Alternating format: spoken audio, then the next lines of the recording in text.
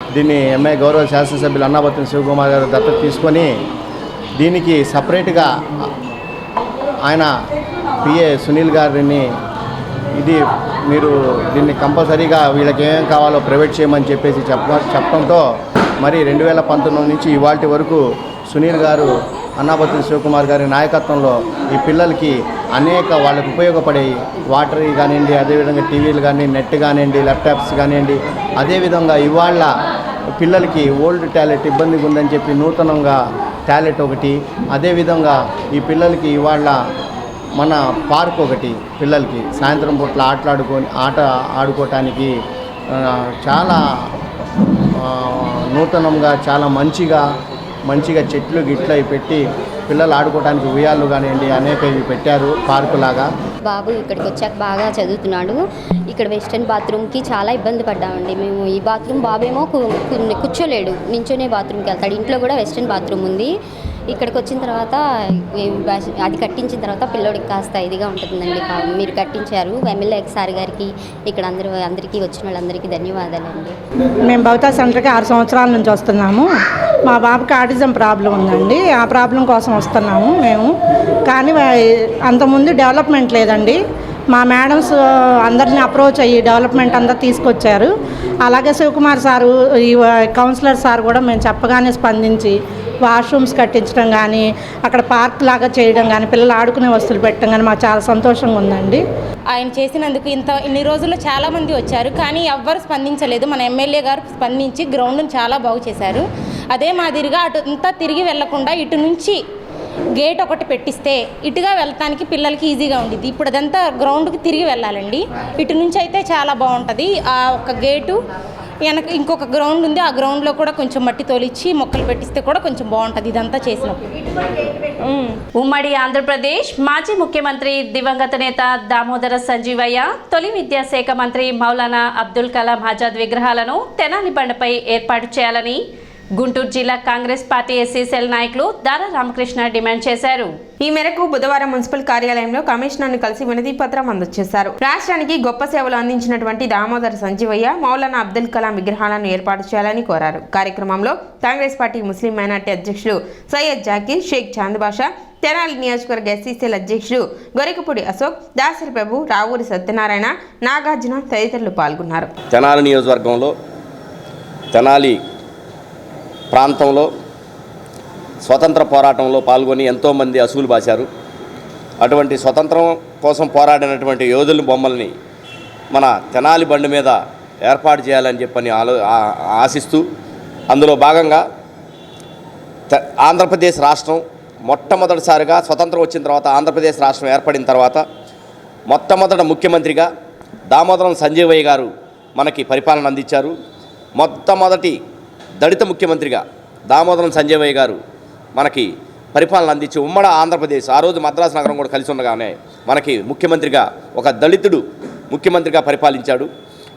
అలాగే ఈ తెనాలి మున్సిపాలిటీ బిల్డింగ్కి, ఈ మున్సిపాలిటీ బిల్డింగ్ నిర్మాణానికి ఆ రోజు ముఖ్యమంత్రి హోదాలో ఆయన వచ్చి శంకుస్థాపన చేసి ఈ బిల్డింగ్ని నిర్మాణం చేపట్టడం జరిగింది.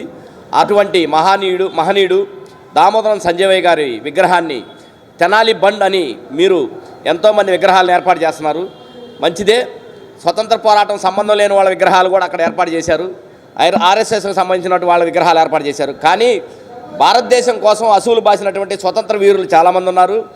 అలాగే వాళ్ళందరి విగ్రహాలతో పాటు మేము దామోదరం సంజయ్ గారి విగ్రహం, అలాగే మైనారిటీ భారతదేశం ప్రభుత్వం ఏర్పడిన తర్వాత ఉన్నత విద్యాశాఖ దేశంలోనే అత్యున్నతమైనటువంటి స్థానం ఉన్నత విద్యాశాఖ మంత్రిగా చేసినటువంటి మౌలానా అబ్దుల్ కలాం ఆజాద్ గారి విగ్రహాన్ని కూడా మీరు తెనాలి బండి మీద ఏర్పాటు చేయాలని చెప్పని కాంగ్రెస్ పార్టీ తరఫున, అలాగే దళిత సంఘాల తరఫున, కాంగ్రెస్ పార్టీ ఎస్సీసీఎల్ మైనారిటీసీఎల్ తరఫున మేము డిమాండ్ చేస్తున్నాం. పట్టణంలో శానిటేషన్ సమస్యల పరిష్కారానికి కృషి చేస్తున్నట్లు చైర్పర్సన్ తాడిపోయిన రాధిక తెలిపారు. వార్డు పర్యటనలో భాగంగా పట్టణ 14వ వార్డులో చైర్పర్సన్ తాడిపోయిన రాధిక రెండవ రోజు పర్యటించారు. వార్డులోని శానిటేషన్ పనులను పరిశీలించారు. కాలువల్లో పేరుకుపోయిన వ్యర్థాలను సిబ్బందిచే తొలగింపు చేశారు. ఈ సందర్భంగా ఆమె మాట్లాడుతూ ఈ ప్రాంతంలో డ్రైనేజ్ ప్రధాన సమస్యగా మారిందని, కాలువలపై ఇళ్లకు సంబంధించిన మెట్లు, షాప్ నిర్మాణాలు చేపట్టారని, దీని కారణంగా సమస్య తలెత్తుతుందని, త్వరలోనే సమస్యను పరిష్కరిస్తామని చెప్పారు. అదేవిధంగా ప్రజలు కాలువలో వ్యర్థాలను వేయరాదని ఆమె సూచించారు. అదేవిధంగా పట్టణ సుందరీకరణకు ప్రతి ఒక్కరూ సహకరించాలని విజ్ఞప్తి చేశారు. కార్యక్రమంలో వైసీపీ నాయకులు, పురపాలక సంఘ అధికారులు పాల్గొన్నారు.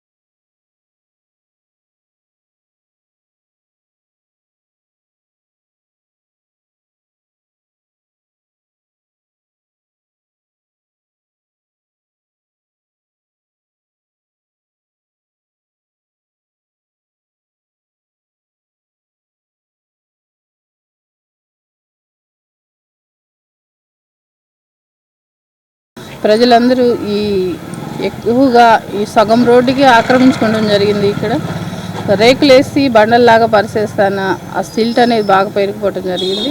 ఈ రోజున మా వర్కర్స్ పెట్టి అవి తీపిస్తాం జరుగుతుంది. ప్రజలకు కూడా చెప్పేది ఏంటంటే దయచేసి ఈ బండలను మాన్యువల్ లాగానే ఉంచి మా వర్కర్స్ తీసే విధంగా ఉంచాలని కోరుకుంటూ, అలానే ప్రజలకు ఎలాంటి ఇబ్బంది కలగకుండా చేయాలనేది మా ఆశయం. కూడా సగం వరకు వేయటం జరిగింది. మిగతా సగం అనేది రాబోయే రోజుల్లో తొందరగానే పరిష్కరిస్తామని, ప్రజలకి ఎలాంటి ఇబ్బంది కలగకుండా చేయాలనేది ఎమ్మెల్యే గారి కోరిక, మా కోరిక కూడా. అలానే మీరు కూడా మాకేం ఈ వ్యర్థాలు అనేది కాలువలో వేయకుండా ఉంటే బాగుండేదని డస్ట్బిన్ రూపంలో వేసి మా వర్కర్స్ అందియాలని కోరుకుంటూ. డ్రైనేజ్ సమస్య సాల్వ్ చేయడానికి రెండో రోజు రావడం జరిగినది. ఈరోజు డ్రైనేజీ శ్మశానం బజార్లో బాగా డ్రైనేజ్ పేరుకుపోవటం జరిగినది. దీన్ని క్లియర్ చేయటం మన సిబ్బందితో చాలా సహకరించి మన వార్డుని డెవలప్ చేయడానికి మన మేడం గారు ఎంతో సహకరిస్తున్నది. కాబట్టి ప్రతి వార్డు కూడా మన వార్డుని మనమే శుభ్రం చేసుకోవాలి. అదేవిధంగా మన ఇంటి దగ్గర బండలు వేసుకుని ఉన్నప్పుడు అవి జస్ట్ పేరుకుపోతుంది. కాబట్టి దాన్ని కొంచెం ఖాళీ ఘాటు పెట్టేసేసి మా మున్సిపాలిటీ సిబ్బందికి తీసే విధంగా చేయవలను. ప్రతి వాళ్ళకి డస్ట్బిన్లు ఇవ్వడం జరుగుతున్నది ప్రతి ఇంటికి. కాబట్టి డస్ట్బిన్లో వేస్తే మా మున్సిపాలిటీ సిబ్బంది తీసుకెళ్ళి బయట ట్రాక్టర్లో తీసుకెళ్ళి దూరంగా వేయడం జరుగుతుంది. సిటీ న్యూస్ ముగించే ముందు ముఖ్యాంశాలు మరోసారి.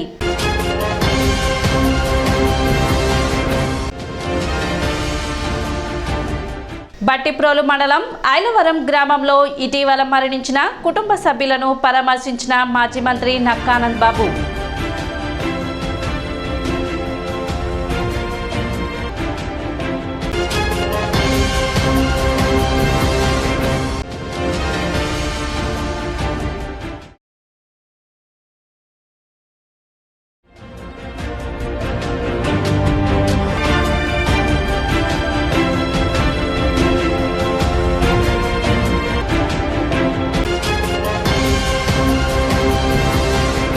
సిటీ న్యూస్ ఇంతటితో సమాప్తం. నమస్కారం.